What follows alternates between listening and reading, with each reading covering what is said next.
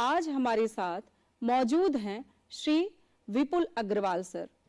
Sir भारतीय राजस्व सेवा के 2005 बैच के अधिकारी हैं। सर ने इंटरनेशनल टैक्सेशन में अपना काफी अहम योगदान दिया है।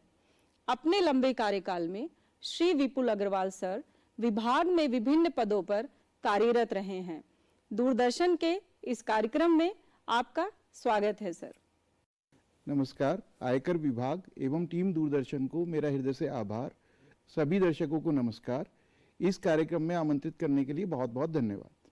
सर कृपया हमारे दर्शकों को यह बताएं कि आयकर रिटर्न यानी कि ITR दाखिल करना किसके लिए आवश्यक है।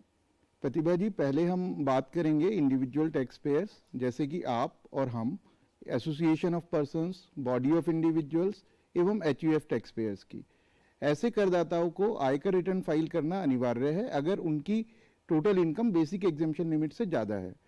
अब यहाँ पर प्रश्न यह उठता है कि बेसिक एग्जेम्पशन लिमिट क्या है। सो बेसिक एग्जेम्पशन लिमिट इस बात पर डिपेंड करेगी कि करदाता ने क्या न्यू टैक्स रिजीम का चुनाव किया है या वह ओल्ड टैक्स रिजीम का चुनाव करता है। अगर करदाता न्यू टैक्स रिजीम का चुनाव करता है तो उसकी बेसिक एग्जेम्पशन लिमिट 3 लाख रुपए है वित्त वर्ष 24-25 के लिए, लेकिन वित्त वर्ष 25-26 में यह सीमा बढ़ाकर 4 लाख रुपए कर दी गई है। अगर करदाता पुरानी टैक्स रिजीम का चुनाव करता है तो बेसिक एग्जेम्पशन लिमिट 2.5 लाख रुपए है।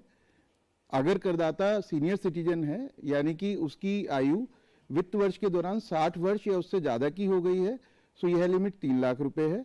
और अगर करदाता सुपर सीनियर सिटीजन है और उसकी आयु 80 वर्ष या उससे ज़्यादा की हो गई है वित्त वर्ष के दौरान तो यह लिमिट 5 लाख रुपए है। हम बात करते हैं कंपनीज और फर्म्स की। कंपनीज और फर्म्स के लिए आयकर रिटर्न फाइल करना सभी परिस्थितियों में अनिवार्य है।